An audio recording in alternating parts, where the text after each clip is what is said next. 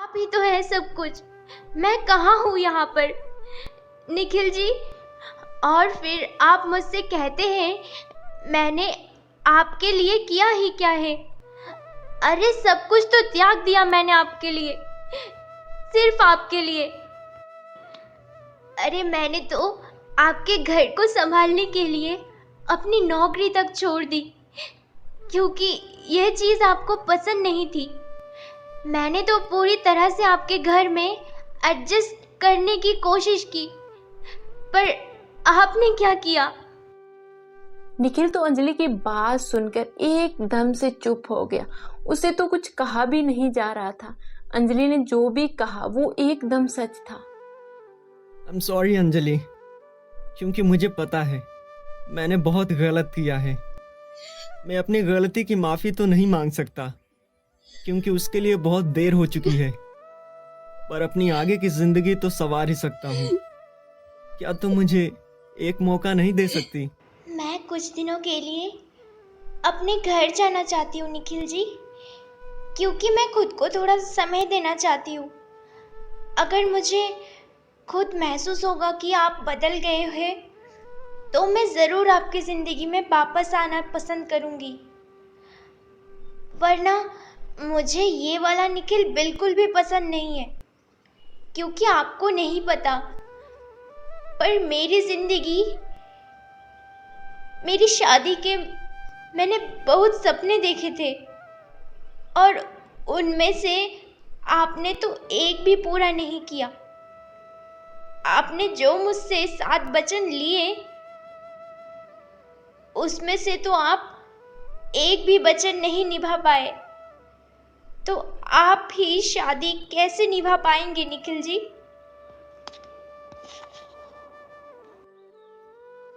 Please Anjali, मेरे बच्चे को मुझसे दूर मत करो। मैं उसके बगैर नहीं रह पाऊंगा, और दुनिया क्या सोचेगी कि ये प्रेग्नेंट होकर भी अपने घर पर रह रही है। तरह तरह की बातें बनाएंगे लोग। अभी तुम रहने दो, तुम बाद में चली जाना। आपको पता है निखिल जी, आपकी गलती क्या है? आपको अभी भी आपके होने वाले बच्चे और समाज की चिंता है, पर मेरी कहाँ? इन सब में मैं कहाँ हूँ?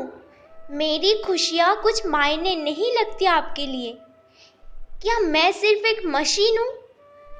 जहाँ चाहा वहाँ पटक दिया। आप बार बार मेरे जज्बातों के साथ खेलो और मैं आपको माफ करती जाऊं? इतना तो बड़ा दिल नहीं है ना मेरा निखिल जी। और हाँ, आप ये मत समझना कि मैंने आपको माफ कर दिया है, इसलिए मैं ये खाना खा रही हूँ, बल्कि मैं खाना इसलिए खा रही हूँ क्योंकि मेरे बच्चे को ज़रूरत है। अंजलि, अब से तुम्हें कोई शिकायत नहीं मिलेगी। मुझसे मैं पूरी कोशिश करूंगा बदलने की। अगर तुम चाहती हो कि कुछ दिन तुम घर रहकर आओ, तो मुझे इसमें कोई दिक्कत नहीं है, पर मैं तुम्हें 5 दिनों से ज़्यादा की परमिशन नहीं दूंगा।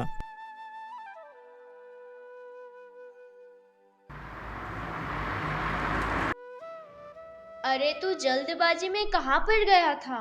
मैं तुझे आवाज लगाती रही, पर तूने सुना ही नहीं। माँ, कुछ नहीं, बस अंजलि का कुछ खाने को मन कर रहा था, और खाना खाने का उसका मूड नहीं था, इसलिए उसके लिए कुछ तो लेकर आना ही था। इसलिए उसके लिए स्पेशल दही बल्ले और आलू टिक्की बर्गर लेकर आया हूँ। अरे वाह भाई, मुझे भी ये बहुत ज़्यादा पसंद है। मुझे दे दे, भाभी को तो बाद में लेकर दे दियो। मेरा भी फिलहाल यही खाने का मन कर रहा है, और मुझे भूख भी लगी हुई है। नहीं दीदी, ये अंजलि के लिए है, और उसने कल से कुछ खाया भी नहीं है। आपके लिए मैं अभी जाकर लाकर दे दूंगा। अरे घर में इतना सामान पड़ा था खाने के लिए, पर तुझे तो अपने पैसे ही वेस्ट करने हैं। जाकर जो करना है कर। इस घर में हमारी तो कोई वैल्यू ही नहीं है, बस उस महारानी की ही वैल्यू रह गई है, जो हर वक्त कुछ ना कुछ खाती ही रहती है। जब हम इस सिचुएशन में थे, हमने तो कभी ऐसी चीज़ खाई ही नहीं, और हमारी सास तो हमें चटपटी चीज़ें खाने के लिए मना करती थी। पर आजकल की लड़कियां भी ना कहाँ हमारी बातों को मानती है। उनको तो खुद को ही चलाना अच्छा लगता है। चलो अच्छा है, तुम भी जोरू का गुलाम बन ही गए हो। हमारी बात कहाँ मानोगे? हम तो तुझे बुरा ही दिख रही है। माँ, मैं जो भी काम कर रहा हूँ वो आपका और अंजलि का ही तो है।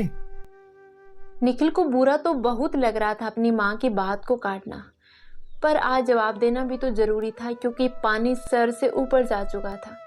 आज जब अंजलि ने उसको सही गलत का फर्क बताया, तब जाकर निखिल की आंखें खुली। अब आपको क्या दिक्कत हो गई है माँ? आप मुझे अच्छे से खाना भी नहीं खाने दे सकती क्या? तुझे जो मर्जी खाना है खा, पर ये चीजें मेरी बेटी ही खाएगी। वो प्रेग्नेंट है और उसके खाने का मन कर रहा है। और तुझे तो पता ही है ना कि औरतों का बार बार कुछ ना कुछ खाने को मन करता है। तो अंचल को भी खाने का मन किया, पर इसमें तेरे पति को दिक्कत हो रही है कि वो मेरे बेटी को देने की बजाय तुझे देने की बात कर रहा है। वाह माँ वाह, आज तो अपने असली रंग दिखा ही दिए। जब मेरा मन कर रहा था तरह तरह की चीजें खाने का, तब आपने क्या कहा था कि घर में तो बहुत सा सामान रखा है, वो खा सकती हो। फिर अब क्या हुआ? क्या आपकी बेटी आसमान से उतरी हुई कोई परी है? जो वो मांगेगी उसको तो वो मिलेगा और मुझे कुछ नहीं मिलेगा। ऐसा मत सोचना कि अंजलि चुप रह जाएगी। अंजलि को अपना हक लेना अच्छे से आता है। वह कोई कमसीन कली नहीं है, अपने हक के लिए किसी को भी दे देगी। भाभी, तुम माँ से ये कैसी बात कर रही हो? और मेरे बारे में तुम ऐसी बातें कैसे कह सकती हो? अगर बात तुम्हारी और माँ की है तो तुम दोनों अपनी बातों पर लड़ो। मुझे बीच में क्यों लेकर आ रही हो? आप भी कम पानी में नहीं। दीदी, आप यहाँ पर जहर घोलने के लिए ही आई हैं। सुबह जब निखिल जी ने कहा था कि ये गोलगप्पे अंजलि के लिए है, तब आपने क्या कहा था कि अभी तो मेरा यही खाने का मन कर रहा है। क्या आपका सिर्फ वही चीज खाने का मन कर रहा होता है जो मुझे खानी होती है? मैं कोई बेवकूफ नहीं हूँ, और सिर्फ घर में ही नहीं, पूरे समाज की और सबकी सोच का एक एक हिसाब रखती हूँ। ये तुम ज्यादा बोल रही हो अंजलि, और घर का काम तो करना है। नहीं, सुबह से आराम करने पर लगी हुई थी, अब देखो कैसे कैंची की तरह तुम्हारी जुबान चल रही है। अब लड़ते वक्त तुम्हें कोई दिक्कत नहीं हो रही। माँ, आप बस भी करिए। उसकी हालत तो देखिए आप, हर वक्त उससे लड़ाई करती रहती हैं। कुछ तो देखकर बोला कीजिए। और दीदी, आप क्यों बीच में आती हैं? जब इन दोनों की बात है तो ये सुलझा लेंगी ना। हाँ, अब तो मेरी ही गलती नजर आएगी। अपनी बीवी को तो कुछ नहीं कहेगा। मैं तो हूँ ही क्या, वैसे ही तुझे अपने पेट में रखा और इतना बड़ा किया पाल पोस के। हमारी अहमियत कहाँ रह गई है तुम्हारी? जिंदगी में ये पूरा शरीर बूढ़ा हो गया तुम्हारे लिए कमाई करते हुए। माँ, आप बस भी करिए। आप दूसरों के घर पर तो लोगों की मदद करवाती है, और जब बात काम करने की हमारे घर में आती है तब आपको कुछ नहीं दिखता। कल शाम को जब आप बुआ के घर मटन छिलवा रही थी, तब तो आपको कुछ भी नहीं हुआ था। उन आंटी से कुछ सीखो। उनकी बहू कैसे सोफे पर बैठकर आराम कर रही थी, और आप उनके घर पर नौकरों की तरह काम कर रही थी। आप वहां मटन छिलने तो नहीं गई थी ना? ये सब सुनकर मंजरी जी तो सक पका जाती है, क्योंकि अभी अंजलि ने जो कुछ भी कहा वो तो 16 आने सच था। माँ, आप ये काम कब से करने लगी? अंजल को तो बिल्कुल भी यकीन नहीं हो रहा था कि उसकी माँ ऐसा भी कुछ करती है। मेरी मर्जी है, मैं चाहे जो कुछ करूं, उसमें तुम्हें क्या है? अपनी मर्जी की मालिक हूँ और तुम्हारा कोई भी ऑर्डर मुझ पर नहीं चल सकता, इसलिए अपने काम से काम रखो। और जो तुम्हारी वजह से ये मेरे घर में लड़ाई हो रहा है ना, इसका बदला तो मैं तुमसे लेकर रहूंगी। हाँ। माँ, अब आपका बेटा भी आपके खिलाफ है क्योंकि आप गलत हैं और आपने ही मुझे सिखाया है कि गलत का नहीं बल्कि सही का साथ देना है, और आप ही गलत करने की कोशिश कर रही हैं। और मैं पहले से ही आपसे विनती करता हूँ, मैं इस कलेश को यहीं पर बंद करना चाहता हूँ, क्योंकि इसमें ना तो आपको खुशी मिलेगी और ना ही हम सबको। अरे भगवान ने कितना अच्छा परिवार दिया है, लड़ने की बजाय हंसी खुशी रहें ताकि सब आसपास में रहने वाले लोग भी हमारी तारीफ करें। क्या आपको अच्छा लगता है आपके घर की बातों का मोहल्ले वाले दो बातें बनाएं? तुझ पर ना बेटा इस तेरी पत्नी का भूत चढ़ा हुआ है। पता नहीं क्या घोल कर पिलाई है जो तुझे मेरी तरफ आने नहीं दे रही है। पर तू मेरा बेटा है और तुम मुझसे ही धोखाबाजी कर रहा है।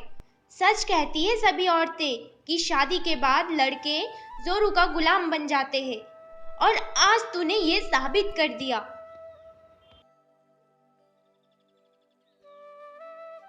तो दोस्तों, आपको ये पार्ट कैसा लगा हमें कमेंट सेक्शन में ज़रूर बताना। और हाँ, अगर आपने अभी तक हमारे चैनल को सब्सक्राइब नहीं किया है तो प्लीज़ जल्दी से सब्सक्राइब करके बेल आइकन वाला बटन ज़रूर दबा देना। मिलते हैं अगले एपिसोड के साथ, तब तक के लिए धन्यवाद।